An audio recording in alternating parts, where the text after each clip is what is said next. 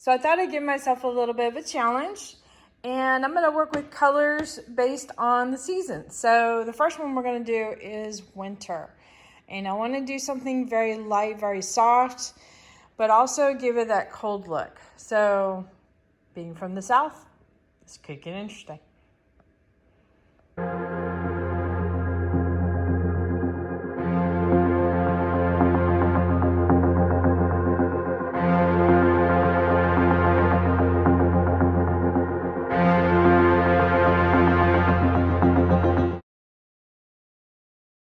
Howdy, howdy, y'all. This is Clara Lawrence, and we're going to play with winter colors today. So this is probably going to be an interesting thing because I'm from the Texas area and actually more central Texas, so I don't get a lot of winter.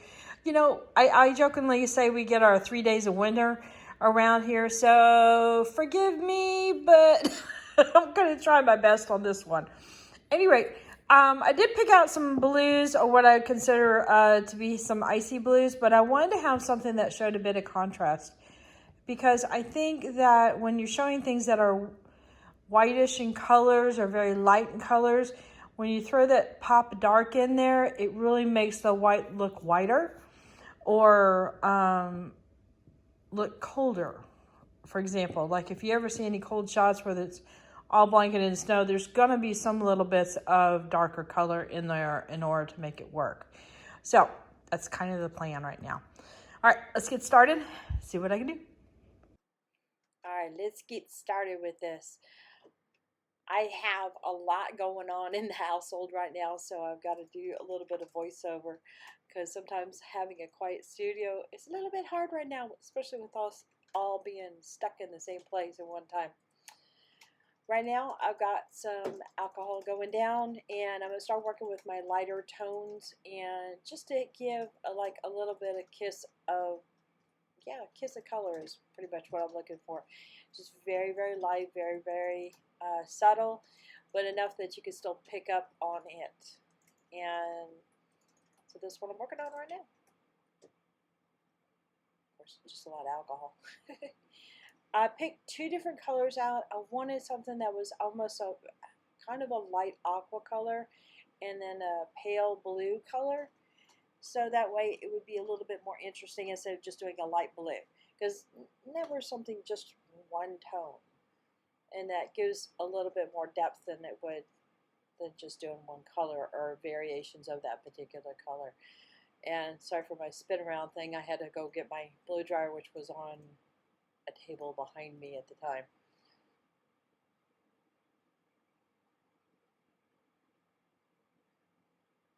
So sometimes when you're working with pre-gessoed boards, which is what I was working with today, and you see where everywhere that I put a drop of color, it kind of, you could still see the little drop area. So I'm probably going to go back over that with a little bit more alcohol or another color. There's ways to move those little dots around, either by adding some blending solution in there or adding more alcohol or adding more color into there. So I'm going to go hit that in just a moment.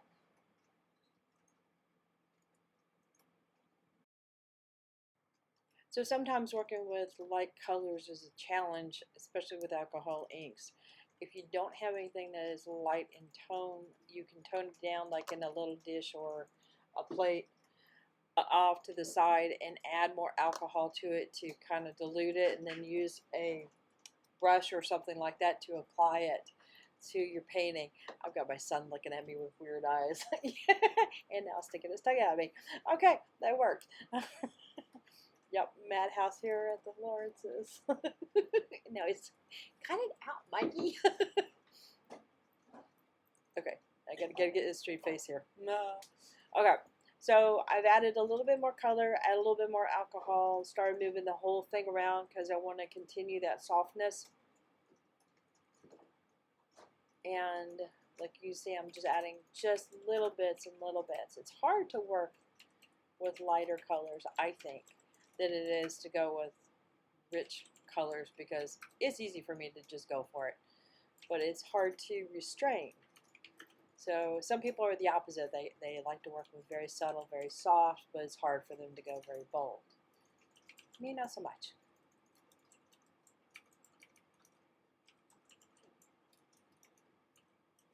So I'm using both Copic, Ranger, and Pinata inks. And I'll put a picture at the end.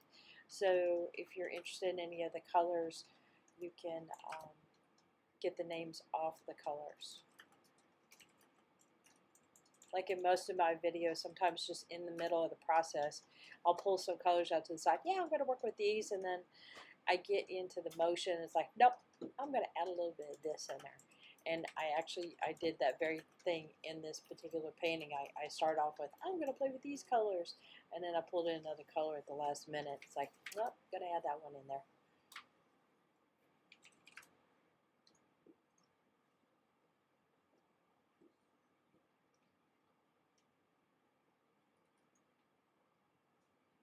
So it's not a whole lot to look at right now. But up close, it's very delicate and it is working out really well. I'm real happy with how it's progressing.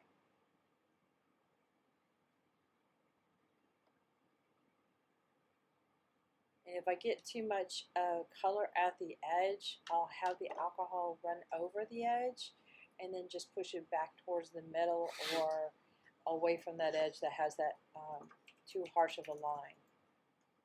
In this case, I put a lot of alcohol in there and just moved the whole bloody area around.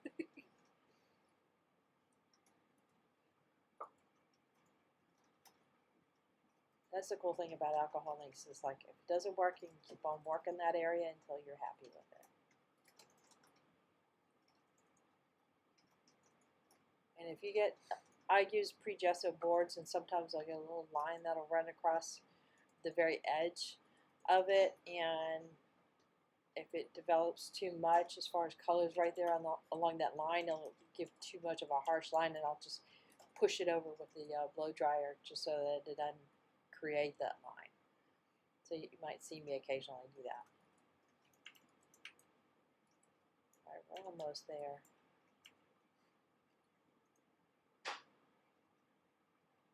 And I believe this next section coming up, I've got normal voice again. In other words, I can talk in my studio.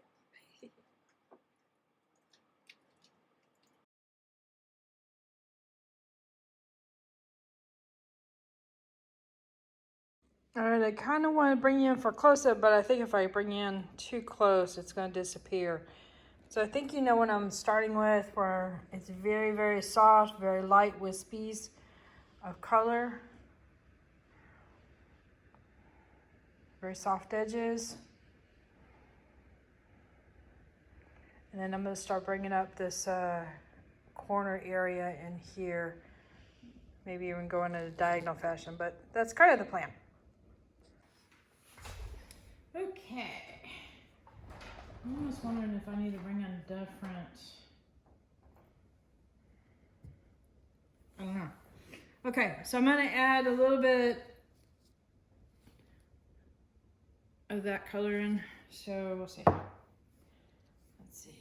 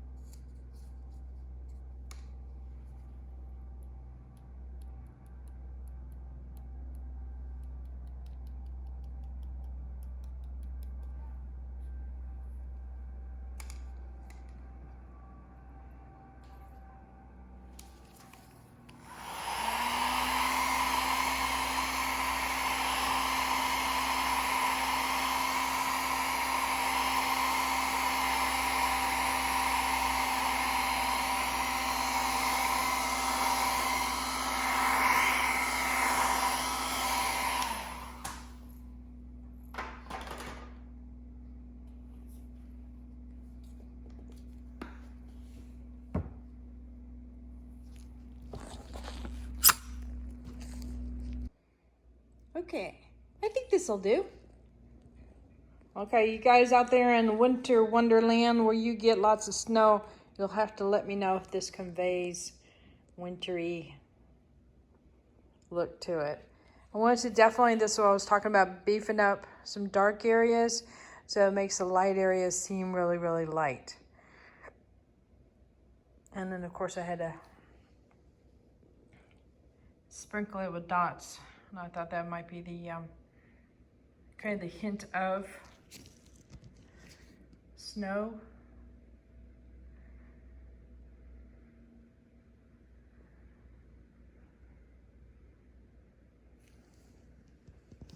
All right, zoom that in with that.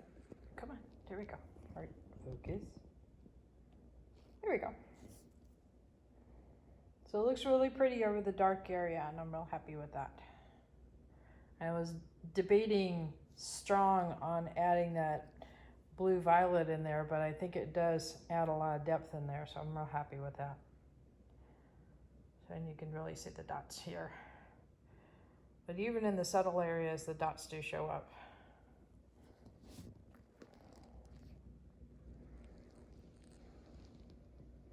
Yeah, I think that works. There you go, winter.